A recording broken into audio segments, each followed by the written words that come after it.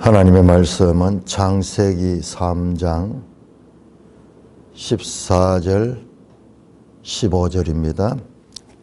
14절 15절 여호와 하나님이 뱀에게 이르시되 너가 이렇게 하였으니 너가 모든 가축과 들의 모든 짐승보다 더욱 저주를 받아 배로 다니고 살아있는 동안 흙을 먹을지니라. 내가 너로 여자와 원수가 되게 하고 내 후손도 여자의 후손과 원수가 되게 하리니 여자의 후손은 내 머리를 상하게 할 것이요 너는 그의 발꿈치를 상하게 할 것이니라 하시고. 오 하나님 은혜를 감사합니다. 오늘 창세기 3장 이 누구나 읽을 수 있는 글로 표현된 하나님의 구속의 놀라운 계획과 깊은 의미를 상고할 수 있는 시간을 허락해 주시니 감사를 드립니다. 예수님 이름으로 감사하며 기도드리옵나이다. 아멘.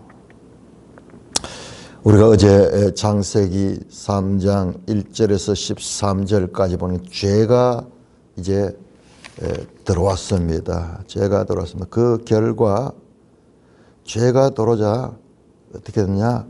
수치심을 느끼고 두려움을 느끼고 그 결과 하나님을 피하여 숨고 또 자기의 책임을 하나님께 돌리거나 또는 여자에게 돌리고 여자는 또 뱀에게 돌리고 하면서 외형적인 변화는 이 별로 나타나지 않지만은 내면적인 마음의 큰 변화가 일어났습니다.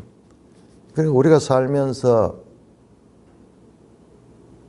우리는 모르거든요. 그냥 불안을 느끼고 수치심을 느끼고 그냥 두려움을 느끼고 늘 살아갑니다. 알고 보면 우리 속에 늘 이런 것들이 반복되고 있어요. 두려움, 불안함, 소외감, 수치심, 시기심, 질투심, 이 부분은 우리 자신이 어떻게 통제할 수가 없이 우리 속에 존재하는 거예요. 그냥 존재하는 거예요. 그러면서 늘 우리를 지배하고 있는데 우리가 그 이유가 무엇인지 알지 못하며 그것들에 휩쓸려 살아가는데 바로 그것이 죄의 결과입니다. 수치심 엄청납니다. 이 수치심이라는 것이 어마어마해요. 어린아이들도 수치심을 느껴요. 어린아이들도 수치심 느낍니다. 애가 오줌 쌌다고 이 애들을 막 빨가벗겨 가지고 밖에 돌아보는 옛날에 막 그랬거든요. 그리고 엄마가 목욕탕 가면서 애들 남자애들도 목욕탕 들고 가잖아요. 근데 애들이 조금 큰 애들이 들어가면요 엄청 수치심을 느껴요. 야 이놈아 뭐 하면서 이렇게 막 어머니들이 끌고 들어가고 그랬는데 그거 이제 그 아이가요 수치심을 느끼고 있는 거예요. 반대로 여자아이들도 남자 목욕탕에 많이 데려오거든요. 근데 애가 수치심을 느끼고 있는데 그냥 윽박지르고 그렇게 하는 거예요. 그건 왜 몰라요. 내재된 본능적 그와 같은 반응이에요. 우리가요, 우리 내면을 들여다보면은 불안함이 끊임없이 일어납니다. 불안함이 끊임없이 일어나요. 기쁨은 잠깐이고, 큰 무엇을 성취했을 때 기쁨이 있지만은, 그 다음 바로 급습해온 게 불안함이에요. 이 기쁨을 과연 얼마나 유지할 수 있을까? 두려움이 옵니다. 항상 두려움이 와요. 항상 보면은, 요소를 보세요. 요소가 전부 그런 거예요. 전부 그런 거예요. 시기심, 질투심, 불안. 이게 죄의 결과로 일어난 것이다. 피하고 숨고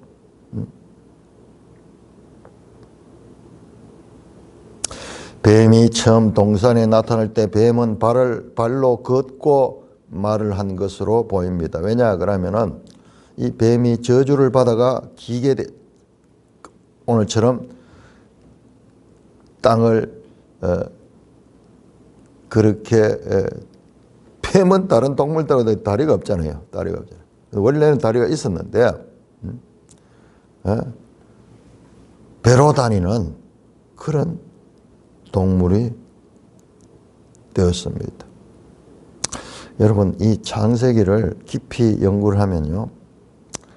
이 창세기의 표현과 고대 근동 지역의 창조 신화가 있어요.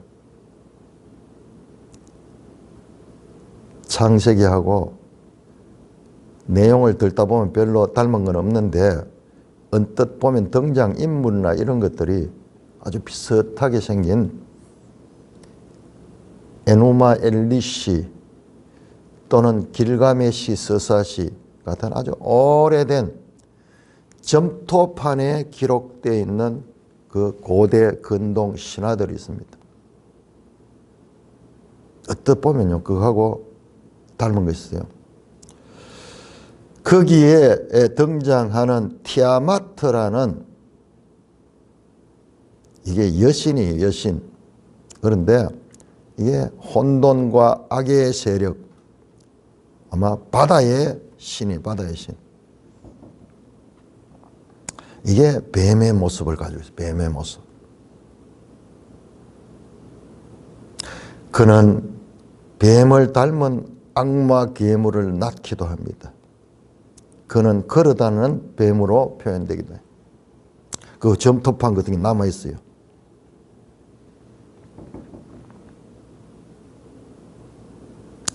여호와 하나님이 뱀에게 이르시되, 그런 길가메시나 에누마 엘리시나 이런 고대 이 근동의 신화들을 보면은 창조 신화도 나오고 이러는데 그 내용은 볼 거 없어요. 근데 제가 봤을 때는 이와 같은 이 성경이 모세에 의해서 쓰여졌잖아요. 하나님께서 모세의 글이라 그러거든요. 그럼 모세가 그 당시에 있었던 것을 기록한 것이 아니고 자기도 전성을 기록한 거거든요. 하나님이 직접 말씀하셨는지 어떤 방법으로 하셨는지 이 창세 이와 같은 이 아브라함만 해도 모세보다도 한 500년 앞선데, 그러니까 이거는 지금 말할 수 없는 거예요. 수천 년 아니면 수만 년이 될 수도 있고 뭐 더 이상이 될 수도 있고 이 시간을 알 수가 없어요. 그런데 그거를 모세도 어떤 전성인지 전성을 통해서 기록했습니다. 하나님 직접 말씀을 해 주셨는지 그 방법은 우리가 알 수가 없지만 그 하나님께서 하신 아마 인류들 가운데 이 사건에 대한 기억들이 있었던 것 같아요. 기억들이 있어가지고 그것이 구전으로 전해지다가 나중에 이제 모세를 통해서 기록이 됐는데, 그러니까는 서로 영향을 주고받고 그렇게 했는 것이 아닌가. 홍수 신화도 나오거든요. 그런데 그 내용을 보면 그렇지 않고 창조 신화가 나오는데, 창조 신화가 어떻게 되냐. 이 여신 티아마트를 마르둑이라는 그 신이 죽입니다. 죽여가지고 그 시체를 찢어버리는 거예요. 막 찢으면 그 시체가 떨어져 나가면서 그것이 이제 사람이 되는 거예요. 그것이 사람이 되는 거예요. 그리고 그 사람을 신이 어떻게 만드느냐. 너무너무 신이 이 사람들을 미워하고 싫어하는 거예요. 사람들이 모여가 막 시끄럽게 하니까 귀찮아가지고 그걸 막 쓸어버리고 그런 내용이 나와요. 그런 내용이 나오는데 아마 고대 구전들을 이렇게 한 이야기가 이렇게 있으면 그것이 전해지면요 좀 지역마다 가면서 다 달라요. 비슷해요. 비슷하지만은 또 내용상 상세한 것은 다릅니다. 그러므로 이와 같은 이 성경의 내용들이 구전으로 되면서 아마 연결된 것으로 보이기도 합니다. 그래서 이 뱀이 저주를 받아서 배로 다니는, 그리고 살아있는 동안 흙을 먹을지라. 우리 매일 성경 주석을 보시면은 배로 다니고 흙을 먹는다는 것은 싸움에서 패하여 굴욕적인 처지에 놓인 것을 표현하는 관용구다. 그렇습니다. 성경에 보면은 이것은 이제 이 전쟁에서 패한 그런 굴욕, 그리고 머리를 상하게 하는 것도 마찬가지예요. 적장이 승리하면 그 머리를 밟습니다. 머리를 밟는 거. 이런 그림이나 이런 표현들이 많이 나옵니다. 자, 우리 한번 찾아볼까요?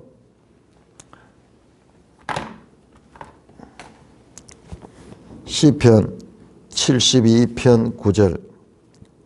시편 72편 9절. 광야에 사는 자는 그 앞에 굽히며 그의 원수들은 티끌을 핥을 것이다. 티끌을 핥는다 하는 건 땅바닥에, 땅이 이게 티끌, 이게 이제 그 에레치, 아담아 그 땅에 티끌로 사람을 만들 때 그 흙을 이야기해. 흙. 그러니까 땅바닥에 엎드러져 가지고 흙을 핥게 된다, 그런 표현입니다. 자, 그래서 관용적인 표현이기도 하지만은 실제적으로 뱀을 가리키는, 그 뱀은 다른 들짐승들하고 다르잖아요. 와, 뱀은 몸으로 이렇게 다니는데 보기만 해도 무섭잖아요. 스르르 다니고 아마 다른 짐승들보다 가장 이 공포심을 주는 그런 존재입니다. 그러나 성경은 이 뱀이 뭔가, 뱀이 이게 큰 용이라고 말하고, 그 다음에 계시록 이 12장에서 큰 용, 곧 앳뱀, 곧 마귀라 하고 사탄이야. 지금 이게 사탄입니다. 관계가 어떻게 되는지, 사탄이 그리고 뱀이 사탄이 뱀을 이용해 가지고 지금 등장한 것 같기도 하고요. 이걸 과학적으로 분석은 불가능합니다. 과학적으로 분석해서는 접근이 안 되고, 자관 그렇다고 해가지고 막 그냥 뭐 소설이고 그런 식도 아니에요. 이게 있었던 사실입니다. 사실입니다. 그런데 그래서 이 부분들을 뭐라고 해야 되나, 신학적 역사다. 그냥 꾸며낸 소설이나 그런 게 아니고 이게 실제 역사죠. 그런데 역사지만 사실적인 역사의 기록이 아니고 신학적 의도를 가지고 기록된 것 같은 역사다라는 표현을 쓰는 것입니다. 내가 너로 여자와 원수가 되고 네 후손도 여자의 후손과 원수가 되게 하리니 여자의 후손은 네 머리를 상하게 할 것이요 너는 그 발꿈치를 상하게 하리라. 뿐만 아니라 이 너로, 뱀을 가리키죠. 여자와 원수가 되게 하고 네 후손도 여자의 후손과 원수가 되게 하리니 여자의 후손은 네 머리를 상할 것이요 너는 그의 발꿈치를 하라. 뱀의 후손과 여자의 후손 간에 이어지는 대대적인 이와 같은 대적 관계가 있고, 마침내 여자의 후손이 네 머리를 상하게 한다. 이 놀라운 말씀, 이 말씀이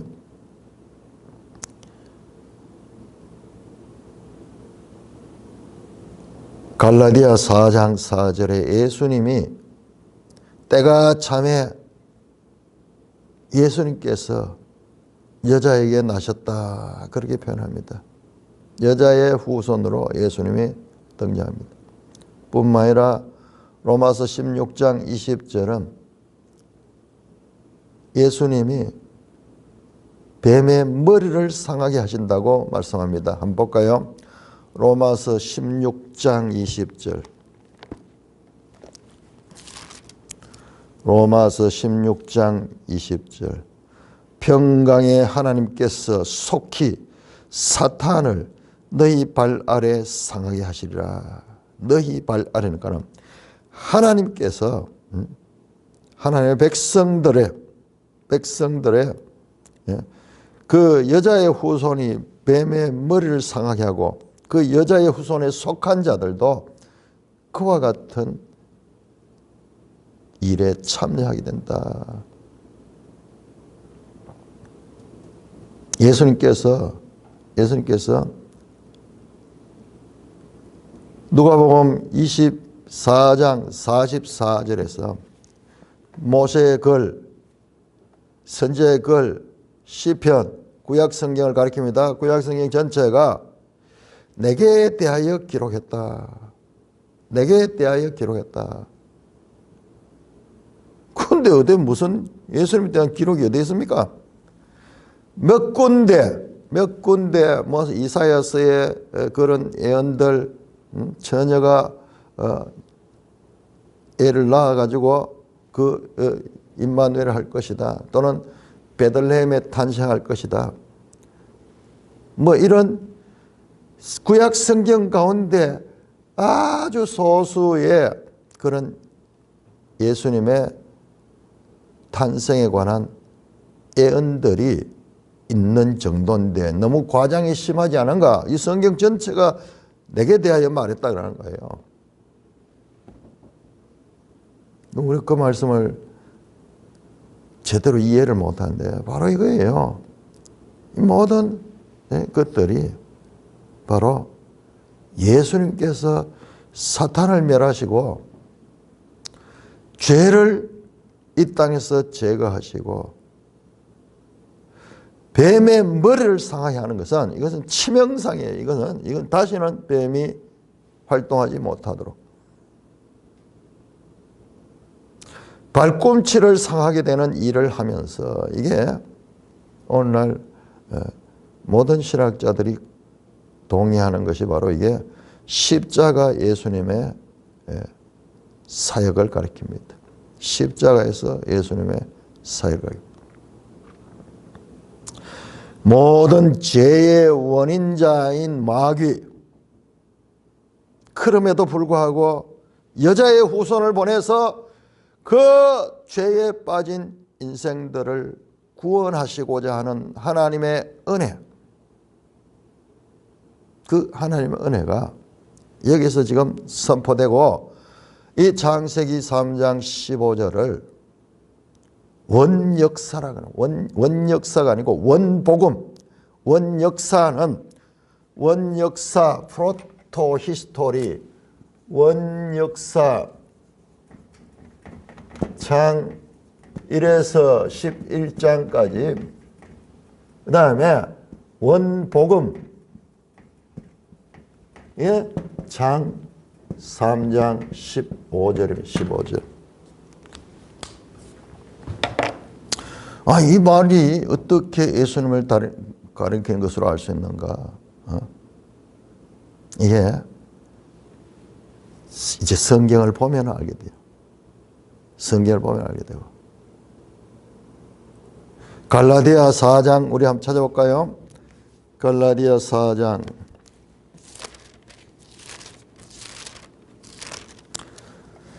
4절.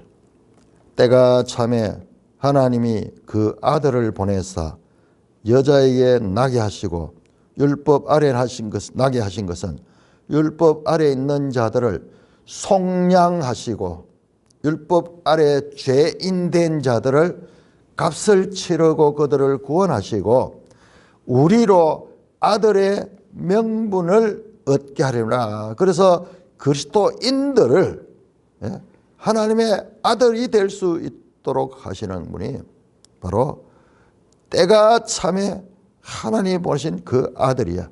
그 아들이 어떻게 왔습니까? 여자에게 났다. 여자에게 나게 하시다. 남자 없이 여자에게 태어난 전무후무한 출생이 바로 여자의 후손이에요. 왜 남자의 후손이 아니고 여자의 후손인가? 예수님은 성령으로 잉태함을 받고 여자의 몸을 빌어서 왔지만은 이 남자의 씨를 받지는 않았어요.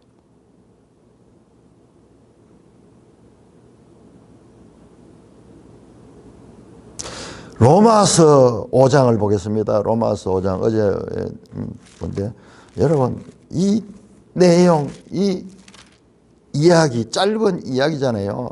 너무 중요한데도 짧은 이야기를 사도 바울이 로마서에서 이 모든 걸 다루고 이걸 다루고 있는 거예요. 이걸 창세기 3장을 다루고 있는 거예요.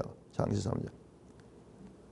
5장에 보시면은 5장 12절 그러므로 한 사람으로 말미암아 죄가 세상에 들어오고 죄로 말미암아 사망이 들어왔다. 지금 이 창세기 3장의 이 내용 2장 3장의 내용을 다루고 있습니다. 그런데 이 문제를 모든 사람이 죄의 지배를 당하는 죄의 종이 되었는데 여자의 후손이 어떻게 했느냐? 17절은 한 사람의 범죄로 말미암아 사망이 그 한 사람을 통하여 왕노는 사망이 온 세상에 지배하는 거예요. 지배. 더욱 은혜와 의의 선물을 넘쳤다. 더욱 더 강한 자예요. 더 강한 자. 이 뱀의 이 죄를 가져온 이 뱀보다 더 강한 자가 와야지 이것을 해결할 수 있는 거예요. 은혜와 의의 선물은 한 분 예수 그를 생명 안에서 왕노를 하게 된다. 18절 그런즉 한 범죄로 많은 사람이 정죄에 이른 같이 한 의로운 행위로 말미암아 많은 사람이 의롭다 하심을 받아 생명이 이뤘다.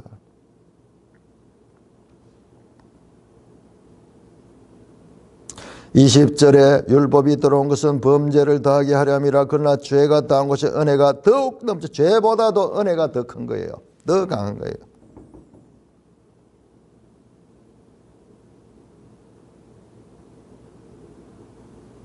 그러므로 이 여자의 후손을 통한 이 뱀의 머리를 상하게 하며 그로부터 그 구원이 있을 것을 말씀하고 있는 것입니다. 동산 중앙에 있는 선악을 알게 하는 나무는 먹지 말라. 먹으면 정령 죽으리라. 하나님의 법이에요. 하나님의 법. 그 율법.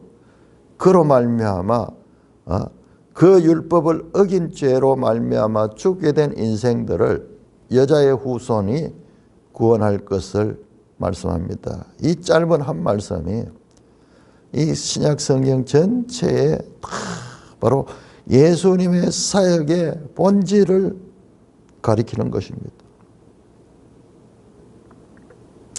7장 보세요. 로마서 7장. 참 이거를요. 이 그림 같은 이야기 있잖아요. 그냥 누구든지 보면 읽으면 알 수 있는 그냥 그림이잖아요. 그림. 선악과를 따먹고 저주를 받아가지고 에덴에서 쫓겨나고 뭐 이렇게 되는 이 그림. 누구나 봐도 이해되는 한 그림이에요. 그림. 이거를 논리적인 글로 표현한 것이 로마서입니다. 로마서. 자, 그 가운데 로마서 7장 8절 보겠습니다. 로마서 7장 8절. 죄가 기회를 타서 계명으로 말미암아 내 속에서 온갖 탐심을 이뤘나니 이는 율법이 없으면 죄가 죽은 것이라. 무슨 말이에요? 아마 우리 성경 가운데서 가장 어려운 말씀 거예요. 다시 또 나옵니다. 11절에 죄가 기회를 타서 계명으로 말미암아 나를 속이고 그것으로 나를 죽였다. 이게 무슨 말이에요? 무슨 말인지. 자, 먼저 계명과 율법의 구별이 뭐냐? 율법은 모세의 율법 거랍니다. 모세의 율법 전체를 가 전체. 계명은 그 율법의 한 부분, 10계명 따로 이렇게 구분해내죠. 그 가운데 한 부분 조목조목 그런 것들을 가리키고, 그러니까 율법이 계명이에요. 계명은 율법에 포함되는 거죠. 그래서 이게 서로 같은 의미입니다. 율법이 계명을 통하여 우리에게 주어지는데, 이 율법 전체 한목 다 하는 게 아니라 한 계명들이 모여가지고 율법이 되거든요. 그런데 죄가 기회를 타서 계명으로 말미암아 내 속에 온갖 탐심을 이루었다. 아무리 읽어도 이게 무슨 말인지 알 수 없어요. 이게 무슨 말이냐? 여러분, 바로 창세기 2장 3장 이 그림이에요. 이 그림. 자, 한번 생각해 봅시다. 하나님께서 동산 중앙에 선악을 아는 나무를 젓고 먹으면 정령 죽으리라. 나머지 모든 열매들은 너희가 먹을 수 있지만은 이 동산 중앙에 있는 선악을 알게 하는 나무는 먹지 말라. 먹으면 정령 죽으리라. 그것이 이 모든 것이 하나님이 왕이시고 하나님이 주권자이심을, 그래서 그 열매가 무슨 독이 있어서 그런 것이 아니라 하나님의 하나의 주인됨을 나타내는 표현이고, 아담은 피조물로서 모든 것을 다스릴 수 있는 자유를 가지고, 그리고 이 모든 것을 먹을 수 있는 자유를 가지고 한 가지 선악을 알게 하는 나무는 하나님의 법이야. 그러니까 이거는 손대면 안 돼. 늘 그 나무를 보면은 내가 하나님의 피조물이다. 그런데 뱀은 어떻게 합니까? 그 말씀을 가지고 와서 아니야. 지금 이 말이에요. 죄가 어떻게 돌냐? 동산 중앙에 있는 나무는 먹지 말라 하는 계명이 있잖아요. 그 계명을 가지고 딱 돌아서 아니야. 먹으면 돼. 먹으면 네가 하나님같이 돼. 그 계명을 타고 죄가 돌아오는 거예요. 먹지 말라 하는 그 말씀을 타고 먹으라 하는 것으로 이 죄가 들어오는 거예요. 그래서 어떻게 합니까? 내 속에 온갖 탐심을 이루는 거예요. 먹지 말라 하는 거 보면은 먹으라 하면서 그것을 보니까는 보암직하고 먹음직하고 지혜롭게 할 것 같은 그런 욕심이 생겨나고 탐심이 생겨나서 그렇게 먹어버린 그게 바로 죄인 건데, 그것이 하나님의 자리에 사람이라는 거예요. 선악과는 늘 우리가 하나님 앞에 있다는 피조물한 존재라는 것을 우리가 인식할 수 있는 하나님의 법인데, 이것을 따먹으로 말미암아서 내가 하나님과 동일하다 하는 인본주의 사상을 가진 것입니다. 사탄이 그렇게 꾸미잖아요. 딱 계명을 주어진데 그 계명을 딱 해서 그 계명을 범하면은 내가 하나님같이 돼. 절대 주권 하나님의 자리를 사람이 차지하려고 하는 욕심. 모든 걸 다 가졌지만은, 그러나 내가 하나님의 피조물인 것을 알 수 있는 그 법까지도 침탈하고자 하는 그 마음을 불어넣은 것이 마귀였잖아요. 제일 먼저 질문이 뭡니까? 동산 모든 이 나무의 열매를 먹지 말라 하시더냐? 그러면서 하나님의 말씀을 비틀잖아요. 계명을 죄가 들어오는 거야. 이 어려운 내용이 바로 이 장면, 이 그림이에요. 이 그림.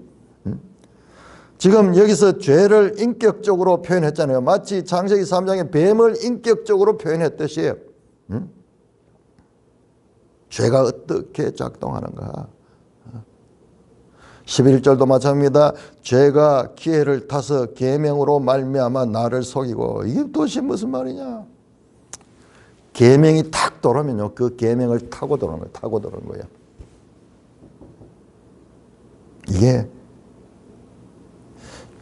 우리가 늘 이걸 지배를 당하고 이걸 느끼지만은 이것을 표현할 수 없는 거예요. 이게 뭔지 이거는 원래 이런 거로 생각하면서 늘 이 안에 시달리고 있는데 이 죄의 이 죄책을 가지고 있는데 이것을 지금 바울이 창세기는 그림으로 보여줬고 바울은 이것은 헬라 언어로서 논리적으로 표현해내는 로마서 7장은 놀라운 적이에요. 영혼의 해부가 보이지 않는 것을 해부해서 인간의 언어로 그렇게 표현해낸 것이 바로 사도 바울. 그러니까 로마서 5장도 그렇고 지금 7장 그리고 8장까지 이게 전부 다 죄와 은혜. 결과적으로 뭐냐? 여자의 후손과 뱀의 후손의 그 관계를 설명하는 것이고 마침내 어떻게 됩니까? 8장에 보면 여자의 후손이 승리하는 것입니다. 35절 누가 우리를 그리스도의 사랑에서 끊으리요 환난이나 공고나 박해나 기근이나 적시나 위험이나 칼이라. 37절 그러나 이 모든 일에 우리를 사랑하신 이로 말미암아 우리가 넉넉히 이기느니라.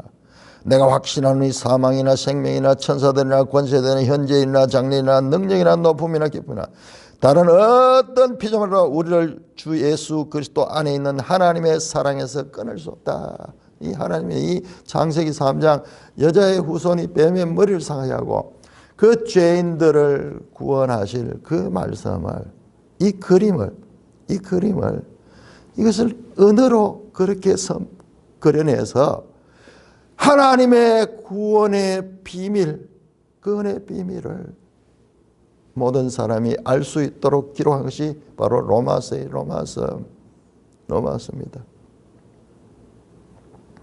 여러분, 제가 계속 강조하는 것은 성경을 안다는 것은 1차적으로 성경 내용 아는 거예요. 각 권의 내용들 아는 거죠. 그 다음에 성경을 아는 것은요, 책과 책의 관계를 아는 거예요. 창세기 3장은 로마서에서 바울이 그것을 이 그림, 단순한 그림으로 나오는 이 이야기를 논리적으로 설명해내서 이해할 수 있도록 만들어주는 것이 바울의 역할입니다. 그러면은 무엇이냐? 창세기 1장 하나님의 창조를 신약에서 다시 그것을 설명하고 표현하는 게 누구냐? 이게 사도 요한이에요. 그래서 신약의 저자 가운데 사도 요한복음, 요한계시록, 요한일서 이 내용들은 전부 하나님에 관한 얘기야. 근데 이 창조주 하나님이 요한은 하나님은 사랑이다 그렇게 표현합니다. 이 모든 창조와 이 은혜 속에 하나님이 이 사랑하시는 그 사랑으로 된 거예요. 뿐만 아니라 요한계시록을 통해서 새 창조의 하나님을 보여주고 있습니다. 근데 놀라운 신약의 또한 저자인 사도 바울은 이 죄 문제와 예수 그리스도에 관한 그와 같은 것들을 설명하며 해결합니다. 그러니까 창세기 1장에서 3장이 어마어마한 이 그림으로 단순하게 우리가 볼 수 있도록 되어 있지만은 이것이 가지는 의미와 깊이와 그 모든 것들을 글로 표현했단 말이에요. 그래서 신약은 헬라어로 사용돼. 헬라어는 가장 논리적인 언어예요. 우리 번역에 보면요. 왜냐하면 뭐 이런 거 많이 뺐어요. 너무 그런 게 많이 나오는 거야. 그러니까 우리가 번역하면은 왜냐하면 막 이런 게 나오니까는 문장이 더 혼란스러워 보이니까 그 정도로 논리적인 언어로 되어 있습니다. 히브리적 사상은 큰 그림이에요. 그림. 그런데 이 그림은 어마어마한 내용을 함축합니다. 그런데 헬라적인 사상은 논리적이고 지식적이고 분석적이에요. 분석적. 히브리 사고는 아주 이렇게 펼쳐지는 거라 그러면은 헬라적인 사고는 분석적이고 조직적이고 체계적인 논리성을 가지는데 하나님께서 구약은 히브리어로 기록이 되게 하시고 신약은 헬라어로 기록하게 하신 것도 아마 그런 의미도 있을 것 같고, 뿐만 아니라 이 헬라어로 기록이 되니까는 이것이 온 세상 사람들이 또 퍼져나갈 수 있는 그런 것이 됐고, 그리고 이 보이지 않는 내면적인 이거 언어로 표현하기 이거 그러니까 우리가 로마서를 읽으면 그렇게 어려운 거예요. 이게 도대체 무슨 말이냐. 그런데 이 구약의 이 그림을 이해하고 나면은 아, 그 이야기구나. 이것도 제가 이 나이에 이제 찾았어요. 자꾸 이 말씀을 맴돌다 보니까는 아, 이거구나. 하나님이 계명을 주고 나니까는 뱀이 촥 등장하냐. 그 계명을 가지고 등장하냐. 하나님이 정말 먹지 말라 하더냐. 그 먹으면 너희가 하나님 같이 돼. 그 계명이 딱 등장하니까는 죄가 그 계명을 타고 우리의 욕심을 불러일으켜서 하나님 같이 된다. 딱 보니까는 보암직하고 먹음직하고 지혜롭게 말고 내가 가지고 있던 이와 같은 욕심과 다 일치되면서 죄를 범하게 되는 거예요. 죄를 범하게. 죄의 메커니즘을 언어로서 표현하는 거예요. 여러분, 오늘날 현대 물리적인 그와 같은 과학 이런 것들이 얼마나 놀랍습니까? 그런데 그보다 더 놀라운 것은 이와 같은 보이지 않는 영혼의 이 메커니즘을 글로 표현하는 것이 로마서고 사도 바울이다. 오늘날 우리가 살면서도 모르는 거예요. 내가 늘 이 지배를 당하고 살면서도 이게 그냥 뭐 그런 모양이다 이렇게 생각하는 거예요. 이거를 언어로 분석해내는 것이 그림으로 보여준 것이 창세기고 이것이 로마서는 그것을 논리적으로 풀어서 설명한 것입니다. 예수님 말씀하셨죠. 이 모든 성경이 내게 대하여 기록한다. 바로 이런 것까지 다 포함이 되는 거예요. 16절입니다. 또 여자에게 이르시되 네가 임신하는 고통을 크게 더하리니 이제 벌을 받고 난 자들에게 하나님께서 처벌이 주어집니다. 첫째, 남자에 대해서 질문해서 신문 마치 재판장처럼 9절에서 12절 네가 왜 먹었느냐? 누가 너의 벗음을 가르쳤느냐? 신문하시고 여자에 대해서도 신문했습니다. 이제 3장 14절에서 15절은 뱀에 대해서 먼저 이 모든 죄를 가져오게 한 그 뱀에 대한 처벌이 선포됩니다. 그 결과 여자의 후손이 와서 뱀을 처단할 것입니다.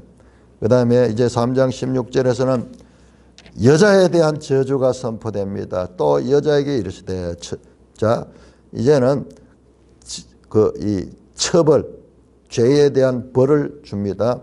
뱀은 여자의 후손에 의해서 머리를 상하게 될 것이고 여자는 어떻게 했냐? 임신하는 고통을 크게 더하리라. 네가 수고하고 자식을 낳을 것이며 너는 남편을 원하고 남편은 너를 다스릴 것이라 하고 이게 여자가 받은 저주입니다. 자, 내가 너게 임신하는 고통을 크게 더하리라.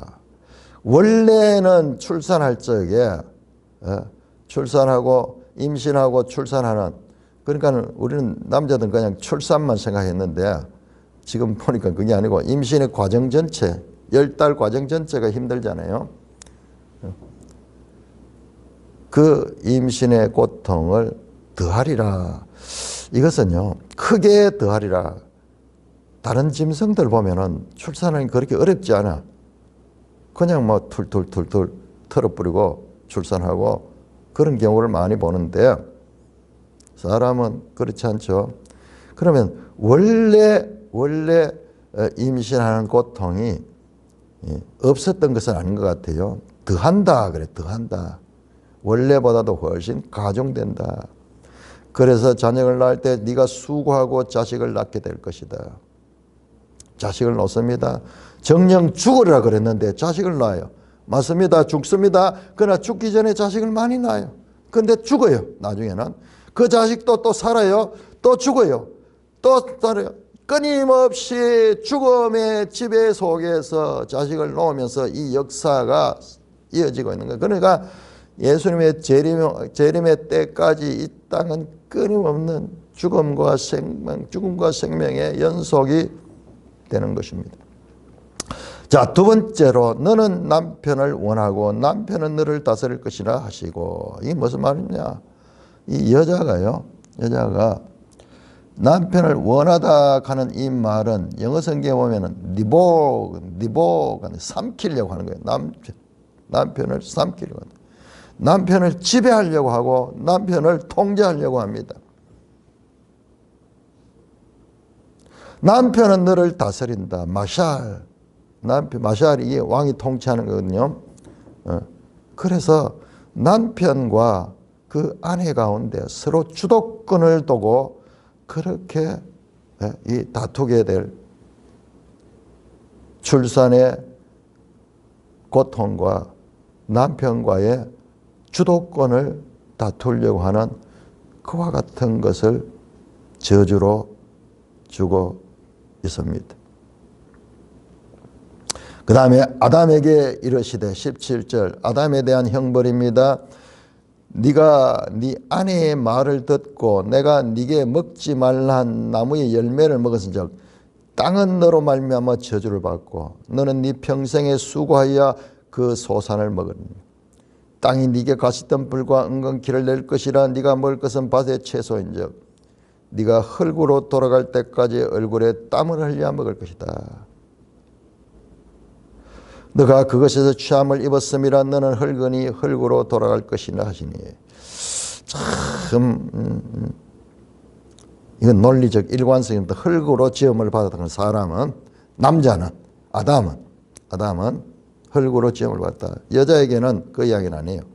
여자는 아담의 갈비뼈로 지음을 받았기 때문에 이 아담이 이 하나님께 취함을 받던 그것을 말씀하고 있습니다. 아담에게 있어요. 네가 네 아내의 말을 듣고 내가 네게 먹지 말라 한 나무의 열매를 먹었은즉. 그러니까 아담이 책임이 있죠. 아담이 그 명령을 받았거든요. 그 계명을 받아 먹지 말라 하는 계명을 아담이 받았거든요.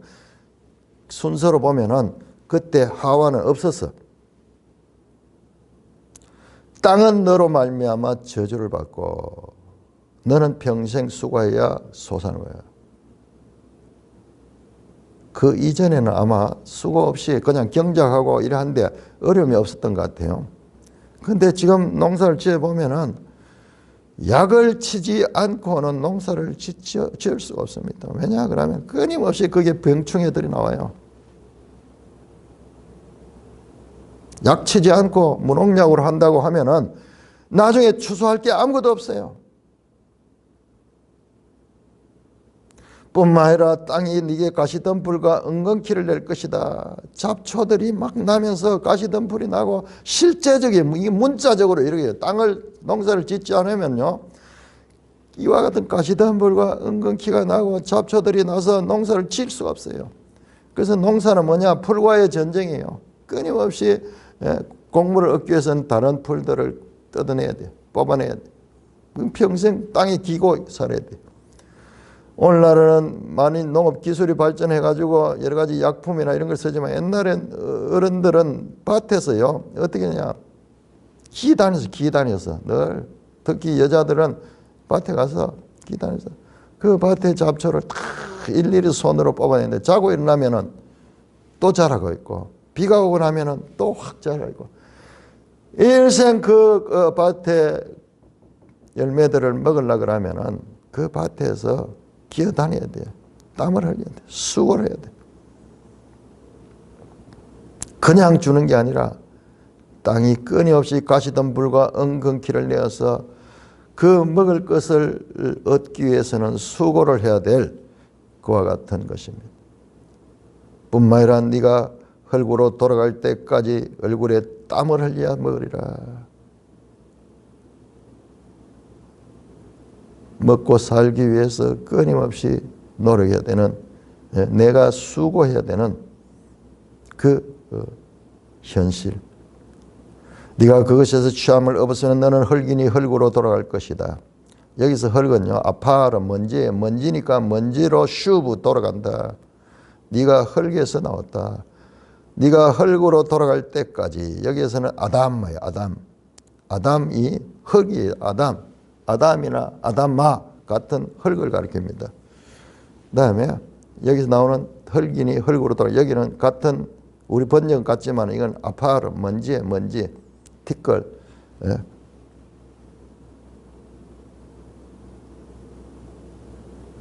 이것은 죽음을 나타내는 표현입니다. 죄의 결과 사망이 왕노릇하게 됐다. 로마서 5장 12절은 이렇게 말씀합니다. 모든 사람이 죄를 지었으므로 사망이 모든 사람에게 이르렀다.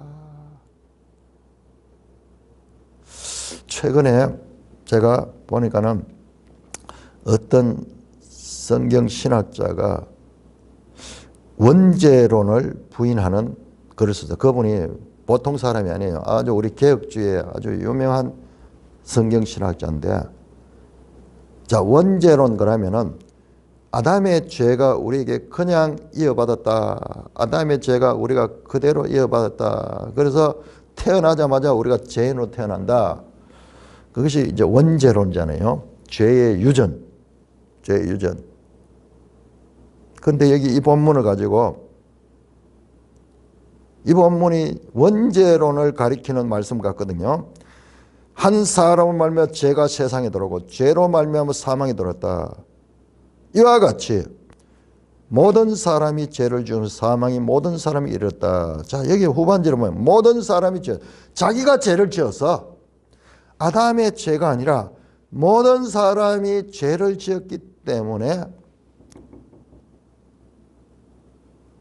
모든 사람이 사망을 했다. 아담의 원죄의 유전이 아니라 내 개인의 죄 때문에 내가 사망을 당하게 된다. 그런 주장을 하는데, 상당히 아주 이 유명하고 그리고 아주 훌륭한 성경 신학자에서 그 말을 접수를 하려고 제가 이 성경을 자세히 보니까는 아니에요. 그 내용을 보면은 아직까지 답을 못 얻겠어요. 뒤에 보면은 계속 그 한 사람의 죄의 결과, 그리고 한 사람 예수 그리스도의 은혜의 결과, 이걸 대조하고 있는데, 그런 이 주장도 있다는, 원죄론에 조금 새로운 해석이 있다는 것을 들었는데, 그 말씀을 수용을 하려고 해도 아직까지 납득이 잘 되지 않아요. 자간 12절은 한 사람의 죄로 말미암아 사망이 있는 것이 모든 사람이 죄를 지었으므로, 근데 결과적으로 마찬가지예요. 이 사람이 죄인이라는 것을 부인하는 건 아니거든요. 모든 사람이 죄인이야. 그러니까 죄를 짓는 거야. 그렇게 해서 죄를 짓는 것, 모든 사람이 죄인인 것과 원죄로 인하여 죄를 짓는 것, 이건 사실 결과적으로는 동일한 겁니다. 결과적으로 동일한 거예요. 그러나 그 과정에 있어 가지고 죄가 어떻게 유전이다. 아담의 죄 때문에 모든 사람이 죄가 유전됐다. 이 말은 맞지 않다. 뭐 그런 주장을 하면서 그 이야기하는데, 결과적으로 마찬가지예요. 결과적으로 마찬가지입니다. 각자 모든 사람이 죄를 짓습니다. 킹제임스 성경에서 이 내용을 모든 사람이 죄를 지은 자 안에서, 그분은 오히려 이 번역 때문에 원죄론이 왔다고 그 이야기를 하는데, 모르겠습니다. 자, 그런 주장도 있다. 그러나 결과적으로 모든 사람이 죄인이에요. 죄인. 그 결과 사망을 당하는 거예요. 거꾸로 보면은 모든 사람은 죽는다. 그 이유가 뭐냐? 세상 사람 알지 못해요. 그냥 그렇게 돼 있다 그러지만 성경은 유일하게 정확하게 진단하면 죄의 결과다. 죄의 결과로 죽겠다. 그러면 죄가 제거되면은 그러면은 죽지 않는가? 그렇다예요. 그렇다예요. 또 어떤 신학자들은요. 뭐 죄가 원래 죽음이 다 있었다. 뭐 그런 이야기를 하는데 그 성경의 가르침과 맞지 않아요. 맞지 않아요. 온갖 주장이 있습니다. 온갖 주장들이 있는데 작은 성경은 말합니다. 죄의 결과로 죽음이었고 죽음의 원인은 죄다. 죄다. 더 나아가면은 그 모든 것들을 죄를 짓도록 하는 것은 바로 이 마귀로부터 온 것이다.